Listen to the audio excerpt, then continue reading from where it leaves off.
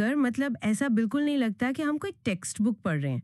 लगता है जैसे हम इंसानी शरीर की एक भव्य कहानी देख रहे हैं। हाँ बिल्कुल, एक कहानी की तरह ही है।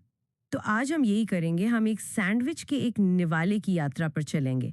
देखेंगे कि ब्रेड में जो कार्ब्स हैं वो कैसे तुरंत ऊर्जा देते हैं, फिलिंग का प्रोटीन कैसे किसी मांसपेशी की मरम्मत करता है, और हमारा दिमाग वो इस पूरी सिम्फनी को कैसे कंट्रोल करता है, वो भी हमें बिना बताए। हम्म, तो चलिए इस यात्रा की शुरुआत एक एक बहुत ही हैरान करने वाले सवाल से करते हैं। हम्म, इन नोट्स में लिखा है कि फैट यानी वसा कार्बोहाइड्रेट के मुकाबले 2 गुनी से भी ज्यादा ऊर्जा देता है। हाँ ये बात सही है। तो फिर जब हमें तुरंत एनर्जी चाहिए तो हमारा शरीर हमेशा ग्लूकोज की तरफ ही क्यों भागता है? ग्लूकोज जो एक तरह का कार्बोहाइड्रेट है। ये तो ऐसा हुआ कि आपके पास एक बड़ा खजाना हो लेकिन आप फिर भी छोटी मोटी नकदी ही इस्तेमाल कर रहे हैं। ऐसा क्यों? ये सवाल तो सीधा इस कहानी के दिल में उतरता है और इसका जवाब छिपा है ऊर्जा को इस्तेमाल करने की आसानी में। आप ग्लूकोज को समझिए रेडी टू यूज कैश की तरह।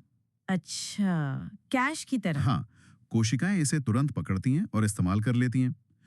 वहीं दूसरी तरफ फैट एक फिक्स्ड डिपॉजिट जैसा है। उसमें वैल्यू बहुत ज्यादा है, लेकिन उसे तोड़ने और कैश में बदलने में एक पूरी प्रक्रिया लगती है, समय लगता है। ओह, तो मतलब ये स्पीड का खेल है। बिल्कुल।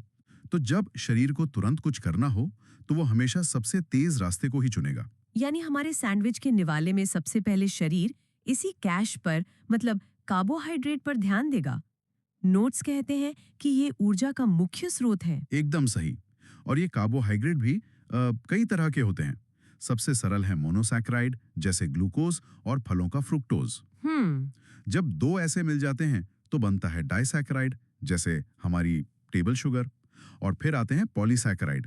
ये हजारों ग्लूकोज अणुओं की एक लंबी चेन होती है। अच्छा। जैसे पौधों में स्टार्च होता है हम्म। और हम जानवरों में ग्लाइकोजन। हम्म। ये ग्लाइकोजन हमारी इमरजेंसी एनर्जी सप्लाई है। ये हमारे लिवर और मांसपेशियों में जमा रहती हैं। मतलब ये हमारा पावर बैंक है। ठीक है। तो कार्ब्स हो गए तुरंत ऊर्जा के लिए, लेकिन सिर्फ ऊर्जा से तो घर नहीं बनता। उसके लिए ईंट और सीमेंट भी तो चाहिए। तो शरीर की मरम्मत और निर्माण के लिए क्या है? उसके लिए आते हैं प्रोटीन्स, शरीर के बिल्डिंग ब्लॉक्स। और इन्हें सिर्फ मसल्स बनाने वाली चीज समझना एक एक भूल होगी। अच्छा। हाँ, आपके हार्मोन्स, आपके एंजाइम जो खाना पचाते हैं, और आपकी इम्यूनिटी की सेना मतलब एंटीबॉडीज, ये सब प्रोटीन से ही बनते हैं। इनकी सबसे छोटी इकाई को एमिनो एसिड कहते हैं। कुल 20 तरह के होते हैं, जिनमें से 9 आवश्यक हैं। आवश्यक मतलब? शरीर इन्हें खुद नहीं बना सकता, हमें इन्हें बाहर से ही लेना होगा। एकदम सही पकड़ा आपने। आपको इन्हें अपने खाने से ही लेना पड़ता है। और यहीं पर सोयाबीन जैसे स्रोत बहुत बहुत महत्वपूर्ण हो जाते हैं, क्योंकि उनमें ये सभी 9 आवश्यक एमिनो एसिड मौजूद होते हैं। वाह। दूध में मौजूद केसियन से लेके हमारे खून में ऑक्सीजन ले जाने वाले हीमोग्लोबिन तक प्रोटीन हर जगह काम कर रहे हैं। ठीक है, तो हमारे सैंडविच से कार्ब्स ने ऊर्जा दी, प्रोटीन ने मरम्मत की। अब उस फैट का क्या? वो जो फिक्स डिपॉजिट था? शरीर उस फैट को भविष्य के लिए जमा कर लेता है। ये ऊर्जा का सबसे घना स्रोत है, लगभग 9.3 कैलोरी प्रति ग्राम। ये सिर्फ ऊर्जा का भंडार नहीं, बल्कि ये हमारे अंगों को एक कुशन की तरह बचाता है और बहुत से जरूरी विटामिन को घुलने में मदद करता है, जिन्हें हम फैट सॉल्युबल विटामिन कहते हैं। अच्छा, तो विटामिन और मिनरल्स का भी रोल है। ये ऊर्जा या बिल्डिंग ब्लॉक तो नहीं है, तो फिर ये क्या है? क्या ये शरीर के मैनेजमेंट स्टाफ की तरह है? क्या खूब कहा है। बिल्कुल, आप इन्हें स्पार्क प्लग या मैनेजमेंट क्रू कह सकते हैं। इनके बिना शरीर में ऊर्जा बनाने और इस्तेमाल करने की प्रक्रियाएं ठीक से चल ही नहीं सकती। जैसे कि? जैसे विटामिन के बिना चोट लगने पर खून बहना बंद नहीं होगा, क्योंकि ये खून का थक्का जमाने के लिए जरूरी है। या फिर आयरन के बिना हीमोग्लोबिन नहीं बनेगा और आपके शरीर को ऑक्सीजन नहीं मिलेगी, चाहे आप कितनी भी गहरी सांस क्यों न ले लें। समझ गई। तो अब हमारे पास सारे खिलाड़ी हैं, कार्ब्स, प्रोटीन, फैट और उनका मैनेजमेंट स्टाफ। अब देखते हैं कि शरीर की फैक्ट्री में इनके साथ होता क्या है। तो सैंडविच का निवाला मुंह में गया और यात्रा शुरू हुई। और यात्रा तो असल में वहीं से शुरू हो जाती है। हमारी लार में टाइलिन नाम का एक एंजाइम होता है जो स्टार्च को पचाना शुरू कर देता है। वहीं से? हाँ, लगभग 30% स्टार्च तो मुंह में ही पच जाता है, इससे पहले कि आप उसे निगलें। बस लार में? ये तो कमाल है। फिर ये खाना पेट में जाता है, जिसके बारे में सुना है कि वहाँ बहुत एसिड होता है। हाँ, पेट एक एसिडिक चेंबर है। वहाँ हाइड्रोक्लोरिक एसिड होता है जो खाने के साथ आए बैक्टीरिया को खत्म कर देता है और प्रोटीन को पचाने वाले एंजाइम पेप्सिन को एक्टिवेट करता है। लेकिन असली एक्शन तो छोटी आंत में होता है। छोटी आंत, ये कितनी लंबी होती होगी? अंदाजा लगाइए। शायद 10-12 फीट। करीब 22 फीट। 22 फीट? वो हमारे शरीर में समाती कैसे है? वो बहुत ही करीने से मुड़ी हुई होती है हाँ। और यहीं पर असली पाचन और पोषक तत्वों का अवशोषण होता है। अच्छा। लेकिन ये काम वो अकेले नहीं करती, 2 बड़े सहायक अंग उसकी मदद करते हैं। अच्छा। पहला है लिवर, शरीर की केमिकल फैक्ट्री। ये पित्त रस मतलब बाइल जूस बनाता है जो फैट को छोटे छोटे टुकड़ों में तोड़ देता है। एक केमिकल फैक्ट्री? इसका मतलब क्या ये हमारे शरीर में आने वाले टॉक्सिन्स को भी प्रोसेस करता है? बिल्कुल, शराब से लेकर दवाइयों तक लिवर सब कुछ डिटॉक्सिफाई करता है। दूसरा सहायक है अग्न्याशय यानी पैंक्रियास। ये एक मास्टर डाइजेस्टिव जूस बनाता है जिसमें कार्ब्स, प्रोटीन और फैट तीनों को पचाने वाले एंजाइम होते हैं। वाह! और एक बार जब सब कुछ अपने सबसे सरल रूप में टूट जाता है तो छोटी आंत की दीवारें इन पोषक तत्वों को सोखकर खून में भेज देती हैं। और यहाँ से कहानी का दूसरा अध्याय शुरू होता है। पोषक तत्व अब खून में है, यानी परिसंचरण तंत्र या सर्कुलेटरी सिस्टम में। और इस सिस्टम का हीरो है हमारा दिल, एक पंप जो दिन रात काम करता है। एक अथक पंप। ये सिर्फ 300 ग्राम का होता है, लेकिन ये हर मिनट लगभग 5 लीटर खून पंप करता है। हर मिनट? हाँ, और ये खून सिर्फ एक लाल तरल नहीं है। इसका लगभग 55% हिस्सा प्लाज्मा है और बाकी 45% में 3 तरह की कोशिकाएं हैं। लाल रक्त कोशिकाएं यानी आरबीसीज, सफेद रक्त कोशिकाएं WBCs और प्लेटलेट्स। बिल्कुल। आरबीसीज का काम तो हम जानते हैं, हीमोग्लोबिन की मदद से ऑक्सीजन की डिलीवरी करना। हाँ। इन नोट्स में एक बात ने मेरा ध्यान खींचा। एक आरबीसी सिर्फ 120 दिन ही जिंदा रहती है।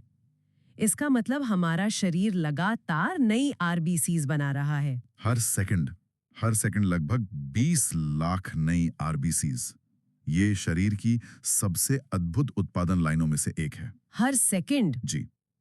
और WBCs हमारी सेना है जो संक्रमण से लड़ती हैं, और प्लेटलेट्स चोट लगने पर खून का थक्का जमाने में मदद करते हैं। तो इस डिलीवरी सिस्टम ने पोषक तत्वों और ऑक्सीजन को शरीर की हर कोशिका तक पहुंचा दिया। लेकिन इन सब को कंट्रोल कौन कर रहा है? कौन तय करता है कि किस कोशिका को कितनी ऊर्जा चाहिए? यहाँ पे कमांड सेंटर मतलब हमारे मस्तिष्क की एंट्री होती है। और ये कमांड सेंटर बहुत ज्यादा ऊर्जा की खपत करता है। मस्तिष्क का वजन शरीर का सिर्फ 2% है, लेकिन ये शरीर की कुल ऑक्सीजन का 20% अकेले इस्तेमाल कर लेता है। 20%? शायद इसीलिए जब हम दिमागी तौर पर थकते हैं तो वो थकान शारीरिक रूप से भी महसूस होती है। आपने बिल्कुल सही पकड़ा। मानसिक थकान असल में शारीरिक ऊर्जा की खपत है। इस कमांड सेंटर का सबसे बड़ा हिस्सा है सेरेब्रम। हमारी सोच, याददाश्त, चेतना सब यहीं से नियंत्रित होती है। जब आप ये बातचीत समझ रही हैं तो आपका सेरेब्रम काम कर रहा है। और दूसरे हिस्से नोट्स में हाइपोथैलेमस, सेरिबेलम और मेडुला ऑब्लोंगेटा का भी जिक्र है। ये सब क्या करते हैं? हाइपोथैलेमस आपके शरीर का थर्मोस्टेट है। ये भूख, प्यास और शरीर के तापमान को कंट्रोल करता है। सेरेबेलम आपके शरीर का बैलेंस और कोऑर्डिनेशन संभालता है। बैलेंस मतलब जैसे जब हम चलते हैं? हाँ, जब आप चलती हैं या साइकिल चलाती हैं तो सेरेबेलम ही आपको गिरने से बचाता है। और मेडुला ऑब्लोंगाटा वो ऑटो पायलट है। ये आपकी दिल की धड़कन, सांस लेना, इन जैसी अनैच्छिक क्रियाओं को नियंत्रित करता है। मतलब जिनके बारे में सोचना नहीं पड़ता। बिल्कुल। तो सेरिब्रम फैसला लेता है कि मुझे उठकर चलना है और सेरिबेलम ये पक्का करता है कि मैं चलते हुए गिर ना जाऊं। ये तो टीम वर्क है। एकदम सही। कंकाल तंत्र है, 206 हड्डियां। नोट्स में शरीर की सबसे लंबी हड्डी फीमर और सबसे छोटी स्टेपीज का जिक्र है। इन दोनों के आकार में इतना बड़ा अंतर क्यों है? क्या ये शरीर के डिजाइन के बारे में कुछ बताता है? ये एक बेहतरीन सवाल है। ये बताता है कि शरीर को 2 बिल्कुल अलग-अलग तरह की जरूरतों को पूरा करना है। फीमर यानी जान की हड्डी को पूरे शरीर का वजन उठाना है। चलने, दौड़ने के लिए मजबूत होना जरूरी है। सही बात है। वहीं कान के अंदर मौजूद स्टेपीज को आवाज की बहुत ही सूक्ष्म तरंगों को पकड़ना होता है। ये दिखाता है कि हमारा शरीर एक ही समय में विशाल संरचनात्मक ताकत और अविश्वसनीय रूप से नाजुक संवेदी कार्यों के लिए बना है। वाह! और इन हड्डियों को जोड़कर रखने के लिए लिगामेंट्स और टेंडन्स हैं। इनमें क्या फर्क है? ये जानना बहुत जरूरी है। लिगामेंट एक हड्डी को दूसरी हड्डी से जोड़ता है, जिससे जोड़ बनते हैं। अच्छा। जबकि टेंडन एक मांसपेशी को हड्डी से जोड़ता है।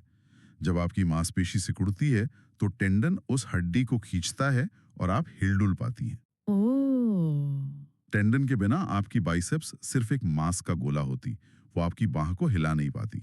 तो अब तक हमने देखा कि खाना कैसे ऊर्जा में बदलता है, कैसे वो पूरे शरीर में पहुंचता है और कैसे हमारा दिमाग और हड्डियां मिलकर काम करते हैं। लेकिन एक और कंट्रोल सिस्टम है, अंतःस्रावी तंत्र, एंडोक्राइन सिस्टम। ये हार्मोन बनाता है। ये हार्मोन क्या है? क्या ये नर्वस सिस्टम के संदेशों से अलग है? हाँ, ये अलग है। नर्वस सिस्टम बिजली के तारों की तरह है, तेज और सीधे संदेश भेजता है। वहीं हार्मोन वायरलेस संदेश की तरह है। ये ग्रंथियों द्वारा बनाए गए केमिकल हैं जो खून में छोड़े जाते हैं और पूरे शरीर में घूमते हैं।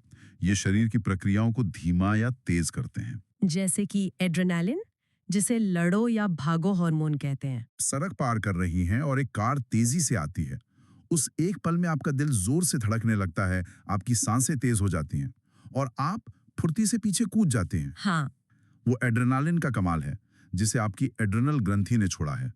उसने आपके शरीर को तुरंत एक्शन के लिए तैयार कर दिया। और ऐसी कई ग्रंथियां हैं, जैसे पीयूष ग्रंथि।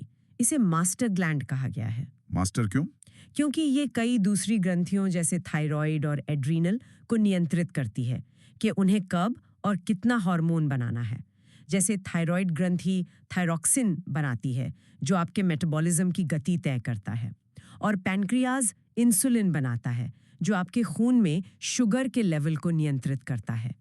ये सब मिलकर शरीर में एक नाजुक संतुलन बनाए रखते हैं। तो अगर हम अपनी सैंडविच वाली यात्रा को पूरा करें तो ये नोट्स हमें एक अणु से लेकर पूरे ब्रह्मांड जैसे जटिल शरीर तक ले जाते हैं। ये दिखाते हैं कि कैसे पाचन, परिसंचरण, तंत्रिका, कंकाल और अंतःस्रावी तंत्र सब एक ऑर्केस्ट्रा की तरह मिलकर काम करते हैं। कोई भी सिस्टम अकेले काम नहीं कर रहा है। यही तो सबसे खूबसूरत बात है।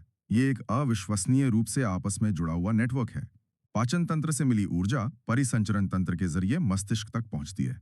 मस्तिष्क उस ऊर्जा का उपयोग करके कंकाल और मांसपेशियों को चलने का आदेश देता है और इस पूरी प्रक्रिया की लय और गति को हार्मोन नियंत्रित करते हैं। ये एक लगातार चलने वाला, खुद को ठीक करने वाला और सीखने वाला सिस्टम है। वाकई ये नोट्स शरीर की मशीनरी को बहुत खूबसूरती से समझाते हैं। हाँ। हर पुर्जा, हर केमिकल रिएक्शन अपनी जगह पर है। लेकिन ये मेरे मन में एक ज्यादा गहरा सवाल खड़ा करता है। कैसा सवाल? हम इन सभी जैविक प्रतिक्रियाओं को माप सकते हैं, न्यूरॉन्स की फायरिंग, हार्मोन का लेवल, लेकिन इन सब और हमारे व्यक्तिपरक अनुभव, हमारी चेतना, हमारी भावनाएं, हमारे विचार, इनके बीच की कड़ी क्या है? वो कौन सी चिंगारी है जो इस जटिल मशीनरी में मैं होने का एहसास पैदा करती है, जो इसे सिर्फ एक बायोलॉजिकल रोबोट होने से कुछ ज्यादा बनाती है? इस पर सोचने के लिए हम अपने श्रोता को छोड़ते हैं।